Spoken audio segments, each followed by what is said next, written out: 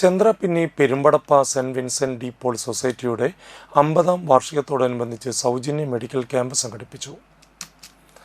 Kaipamangalam guardian ആശുപത്രിയുടെ സഹകരണത്തോടെ സംഘടിപ്പിച്ച മെഡിക്കൽ ക്യാമ്പ് പഞ്ചായത്ത് അംഗം ഗീതാ മോഹൻദാസ് ഉദ്ഘാടനം ചെയ്തു. സെന്റ് ആന്റണീസ് ചർച്ച് വികാരി ഫാദർ ഡോഫിൻ കാട്ടുപറമ്പിൽ അധ്യക്ഷത വഹിച്ചു. ഗാർഡിയൻ ആശുപത്രി ഡയറക്ടർ ബിനി സുധീർ ക്യാമ്പ് വിശദീകരണം നടത്തി. സൊസൈറ്റി പ്രസിഡന്റ് ജോസഫ് കൊമ്പൻ, കൈക്കാരൻ Antonio Jose Pulikkottil, society joint secretary Anoop George Iluvathinkal തുടങ്ങിയവർ സംസാരിച്ചു.